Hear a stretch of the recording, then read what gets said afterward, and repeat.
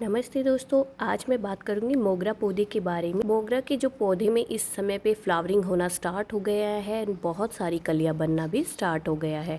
तो ऐसे में अगर आपके पौधे पे कलियां नहीं बन रही है या फूलों का साइज़ अच्छा नहीं आ रहा है या पौधे की ग्रोथ रुक गई है, तो ये वीडियो आपके बहुत काम आने वाला है। पौधे में जल्दी से फ्लावरिंग भी होगी, पौधे में नई और ज़्यादा शाखाएँ भी आएगी और छोटे से ही पौधे में आपको बहुत सारे फूल देखने को मिलेंगे। अप्रैल के महीने में लगभग सभी के पौधों पे फूल आने स्टार्ट हो जाते हैं।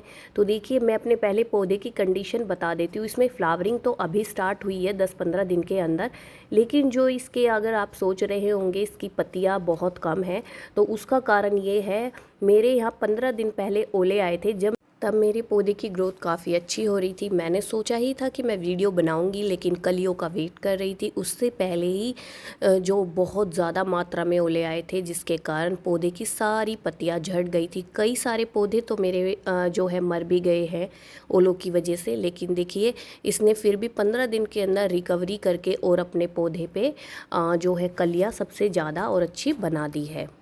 तो कौन से मैंने फर्टिलाइज़र इस्तेमाल किया था मैं वो भी बताऊंगी, और अभी मैं कौन सा फर्टिलाइज़र इस समय पे अपने पौधे को देने वाली हूँ वो भी आपके साथ शेयर करूंगी। अगर आपके भी पौधों पे फूल नहीं आए हैं तो बहुत अच्छी मात्रा में फूल आएंगे। ये मेरा पिछले साल का छोटा सा ही पौधा है। इसकी मैंने जो है प्रूनिंग वगैरह की थी। इसकी रूट प्रूनिंग मैंने हल्की सॉफ्ट की थी, लेकिन एक मेरा दूसरा बड़ा पौधा है जिसकी मैंने हार्ड प्रूनिंग भी की थी, साथ में ही रूट प्रूनिंग भी अच्छे से की थी। मैं उसकी कंडीशन भी आपके साथ ज़रूर शेयर करूँगी।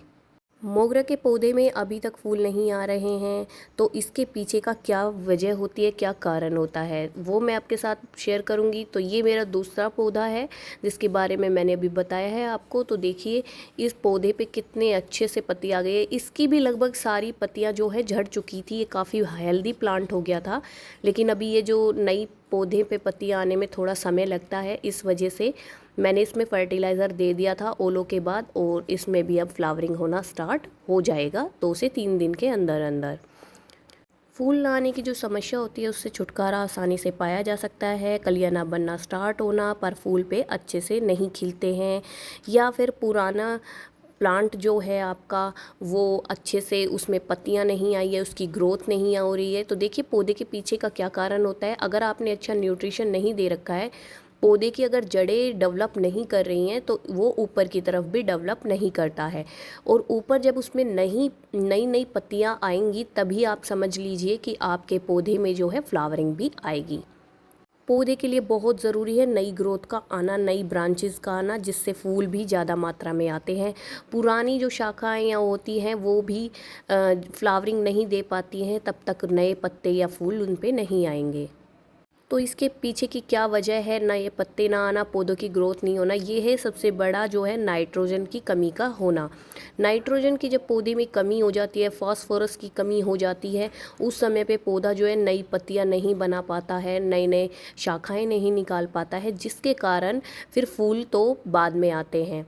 तो आपको जो है अपने पौधे में नाइट्रोजन की कमी का बिल्कुल ध्यान रखना पड़ता है। तो नाइट्रोजन की कमी आप कैसे पूरा कर सकते हैं? हम कर सकते हैं, चाय पत्ती का जो हम पानी मिक्स करके रखते हैं, उसका जो आप फर्टिलाइज़र देते रहिए 15 से 20 दिन के अंदर एक बार, अगर आपके पौधे पे बिल्कुल फ्लावरिंग नहीं हो रही है तो। और अगर फ्लावरिंग होने स्टार्ट हो जाती है तो आप 20 दिन का गैप करके डाल सकते हैं।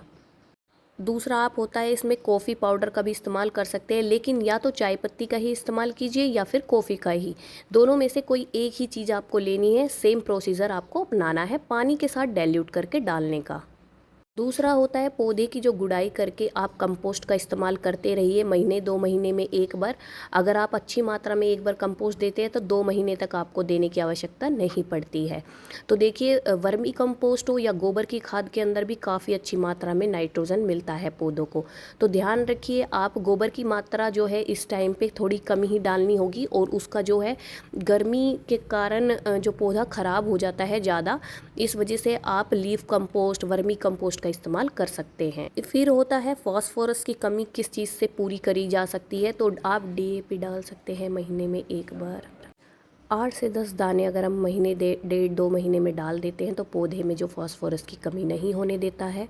या फिर आप बोन मील वगैरह का भी इस्तेमाल कर सकते हैं अगर डीएपी नहीं देते हैं तो। मैं जो अपने पौधे को दिया है, मैं दे रही हूँ अपने पौधे को बनाना पील फर्टिलाइज़र। बनाना पील फर्टिलाइज़र जो है ड्राई फॉर्म में मैंने अपने घर पे ही बनाया हुआ है। आप इसको ऑनलाइन भी परचेज़ कर सकते हैं। 1 से 2 चम्मच के करीब आप महीने में एक बार भी डालते हैं तो पौधों पे जो फ्लावरिंग अच्छी होगी और पौधों की जो है कलियाँ बहुत अच्छे से खिल के आएगी। तो वो बाकी सारे फर्टिलाइज़र मैं पहले दे चुकी हूँ अपने पौधों को और अब मैं इस्तेमाल कर रही हूँ बनाना पील फर्टिलाइज़र। पहले पौधे की थोड़ी गुड़ाई कर लेनी है, उसके बाद 2 चम्मच बनाना पील फर्टिलाइज़र मैंने इस्तेमाल किया है।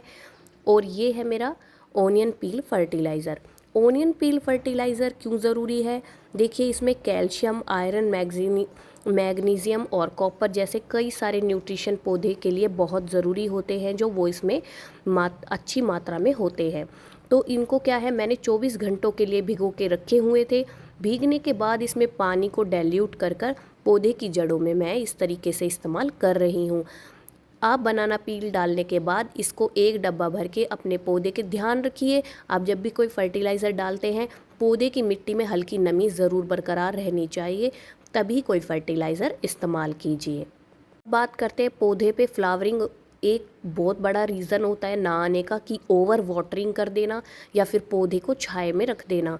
पौधों को बिल्कुल भी छाँव में नहीं रखना है आपको। ये एक ऐसा पौधा है जो कि गर्मी से ही पौधों पे फ्लावरिंग लेके आता है। तो इस पौधे को जो है एक गर्म वातावरण की बहुत ज़रूरत होती है। तो इस पौधे के लिए आप धूप वाली जगह का ही चुनाव करें, जैसे 5 से 6 घंटे अच्छे से पौधे को धूप मिल पाए।